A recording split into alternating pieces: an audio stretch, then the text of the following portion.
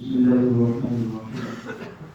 يا أيها الذين آمنوا إذا نودي للصلاة من يوم الجمعة فاسعوا إلى ذكر الله وذروا البيع ذلكم خير لكم إن كنتم تعلمون.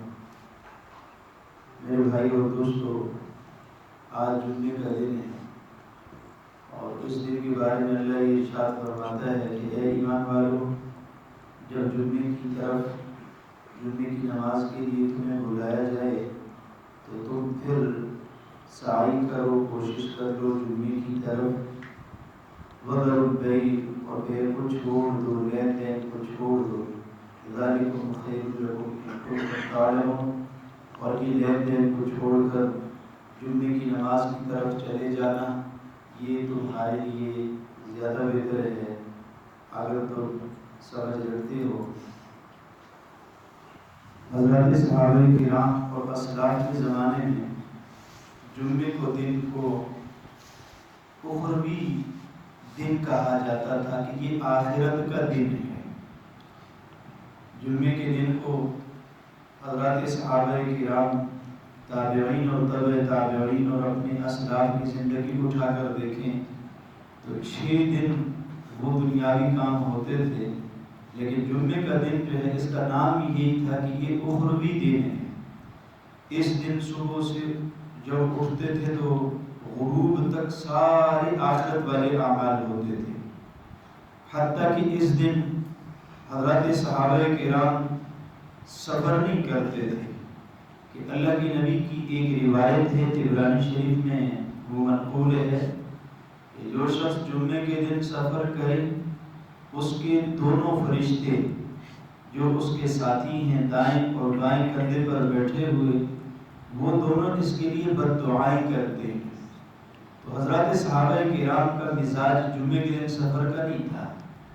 جمعہ جو ہے آخرت کے اعمال کے لیے انہوں نے رکھا ہوا تھا، اور آخرت کے اعمال میں نے پہلے بھی کئی دفعہ عرض کیا ہے، اس دن قرآن کی تلاوت کثرت سے کرنا، اس دن میں کثرت سے ذکر و اذکار کرنا، اور عبداللہ بن مسعود، حضرت عبداللہ بن عباس رضی اللہ عنہ وہ صلاۃ تسبیح کا بھی اہتمام کرتے تھے۔ ساری زندگی جب سے حضور نے ان کو فرمایا تھا کہ چاچا یہ ایسی نماز ہے جو نماز اگلے پچھلے نئے پرانے چھوٹے بڑے جو جان بوجھ کے ہوئے جو غلطی سے ہوئے سارے گناہوں کو اللہ معاف فرماتا ہے، اگر ہو سکے تو ہر روز پڑھیں، نہ ہو سکے تو ہفتے میں 1 دن پڑھ لیا کریں، اگر یہ نہ ہو سکے تو سال میں 1 دفعہ پڑھ لیں، اگر یہ بھی ممکن نہ ہو تو زندگی میں 1 مرتبہ پڑھ ہی لیا کریں۔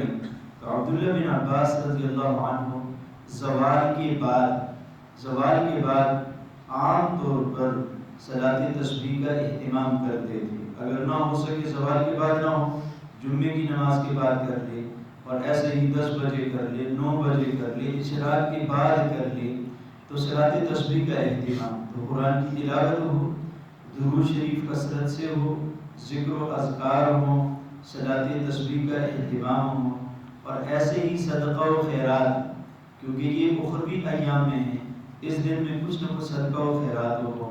اور حضرات صحابہ کرام کی زندگی کو اٹھا کر دیکھیں تو اس دن میں وہ دینی مجلس کی تلاش میں رہتے تھے کہ کچھ دیر دینی مجلس کے اندر بھی بیٹھ جائیں۔ اور صحابہ کی زندگی کو دیکھیں تو جمعے کی نماز کے بعد سے لے کر عصر کی نماز تک، اور اکثر حضرات کا عصر سے لے کر مغرب تک کا وقت مسجد کے اندر گزرتا تھا۔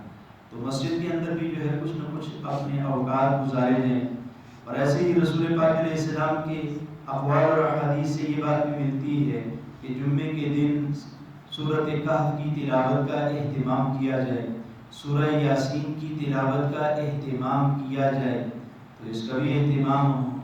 اور ایسے ہی جمعے کی نماز کے بعد، یہ پہلے بھی کئی دفعہ میں نے عرض کیا ہے، 100 مرتبہ سبحان اللہ العظیم وبحمدہ، سبحان اللہ العظیم وبحمدہ، جمعے کی نماز کے بعد اس کا اہتمام ہو۔ روایت کے اندر آتا ہے، غالباً اس حدیث کے راوی بھی عبداللہ بن عباس رضی اللہ عنہ ہیں، جو 100 مرتبہ پڑھے گا اس کے 1,00,000 گناہ معاف ہو جاتے ہیں، اور 24,000 گناہ اس کے والدین کے معاف ہو جاتے ہیں۔ تو کوئی بھی اتنی زیادہ دیر نہیں لگتی. سبحان اللہ العظیم و بحمدہ. یہ مختصر سا وظیفہ اس کا اہتمام ہو. اور ایسے ہی یہ جو 3 صورتیں ہیں آخر والی، قل هو اللہ احد، قل اعوذ برب الفلق، قل اعوذ برب الناس، ان کو 3 دفعہ غالباً یہ حدیث کے اندر بھی ہے اور اسلاف کی زندگی سے بھی ملتا ہے کہ جو اس کا اہتمام کرے گا، تنبیہ الغافلین میں لکھا ہے کہ جو اس کا اہتمام کرے گا جمعے کی نماز کے بعد، اگر وقت نہ ملے عصر تک کر لیں، مغرب سے پہلے جو ہے ان کو تینوں صورتوں کو 7 دفعہ پڑھ لیں. قل هو اللہ احد 7 دفعہ ہو جائے، پھر قل اعوذ برب الفلق ہو جائے، پھر قل اعوذ برب الناس ہو جائے. تو ایک جمعے سے لے کر دوسرے جمعے تک اللہ تعالیٰ شیطان کے شر سے اس کی حفاظت کر دیں. تو پورا ہفتہ جو ہے شیطان کی شرارت سے اس کی حفاظت ہو جائے گی. بہرحال یہ ہے کہ یہ دنیا کے ایام میں سے یہ بہت دن ہیں. بار بار عرض کیا درود شریف کثرت سے ہو جائے اور صلاۃ تسبیح کا اہتمام ہو، قرآن کی تلاوت کا اہتمام ہو، ذکر و اذکار کا اہتمام ہو، اور ایسے ہی کچھ وقت مسجد کے اندر گزارنے کا اہتمام ہو.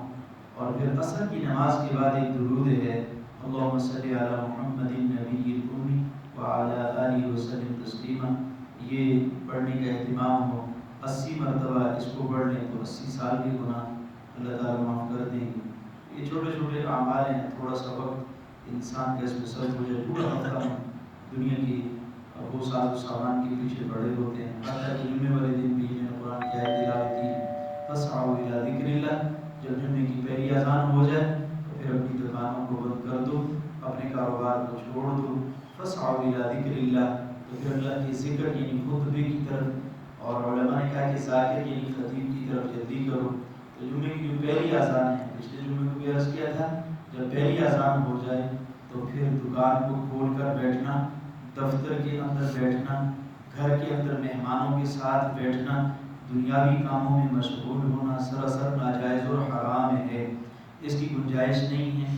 زیادہ سے زیادہ اتنا کر سکتے ہیں، غسل کی اجازت ہے، وضو کی اجازت ہے، جمعے کی تیاری کے لیے ناخن کاٹ رہا ہے اس کی بھی اجازت ہے، خوشبو لگا رہا ہے، یا ایسے ہی کوئی اور جمعے کی تیاری کے اگر کام ہے تو ان میں مشغول ہونا جائز ہے. اس کے علاوہ حتیٰ کہ ہم رائے میں ہوتے تھے، جمعے کی جب پہلی اذان ہوتی تھی وہاں حاضری ہوتی تھی، بڑی سختی تھی، حاضری ہوتی تھی. حاضری کے بعد سورہ کہف کی تلاوت ہوتی تھی مدرسے میں. تو مولانا احسان صاحب اللہ ان کی جان میں برکت دے، بڑے علمی شخصیت، ایک عرصے سے یہ سلسلہ تھا. وہ تقریباً 1500 طلباء کی حاضری ہوتی تھی، سورہ کہف کی تلاوت ہوتی تھی. تو انہوں نے استفتاء جو ہے جامعہ خیر المدارس سے استفتاء فتویٰ لیا کہ ہم طلباء کو سورۃ کہف کے لیے مدرسے کے اندر پابند بناتے ہیں اور طالب علموں کو ہم بالکل کہیں نہیں چھوڑتے.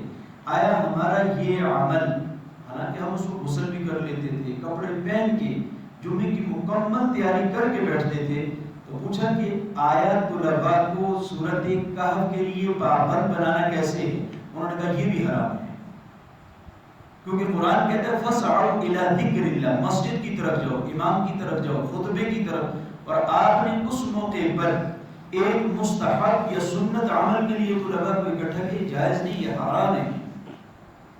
لہٰذا اپنے گھروں کے اندر گپ شپ کے لیے بیٹھنا، دکانیں کھول کے بیٹھ جانا، اور یقین مانی اس وقت میں اللہ برکت نہیں دے گا. ایک آدمی حرام کام کرے اور یہ کہ مال آئے گا، ایسا کبھی نہیں ہوگا. اس دن بھی غالباً پچھلے جمعے کو میں نے عرض کیا تھا کہ ایمان ہو اور حرام ہو یہ دونوں اکٹھے نہیں ہو سکتے. ایمان ہوگا تو حرام نہیں ہوگا، حرام ہوگا تو ایمان کی چھٹی ہو جائے گی. تو یہ دکاندار دکانیں کھول کے بیٹھ جاتے ہیں کہ میرے پاس جو ہے وہ مال آئے گا، میرے پاس خیر آئے گی، ایسی خیر نہیں آئے گی. تو اپنی دکانوں کو بند کر لینا چاہیے اور جمعے کی پہلی اذان سے اس کو بند کر لینا چاہیے. اللہ مجھے بھی آپ حضرات کو بھی عمل کی توفیق عطا فرمائے. آخر میں ایک چھوٹا سا مسئلہ عرض کرنا ہے. جمعے والے دن جتنی بھی نماز ہوتی ہے، جمعے سے پہلے کی جو سنتیں ہیں وہ بھی، جو جمعے کے ہم 2 رکعت پڑھتے ہیں وہ بھی، اور جمعے کے بعد جو 4 رکعتیں پڑھتے ہیں اس کے ساتھ 2 رکعتیں پڑھتے ہیں، یہ ساری نماز جمعے کی ہوتی ہے.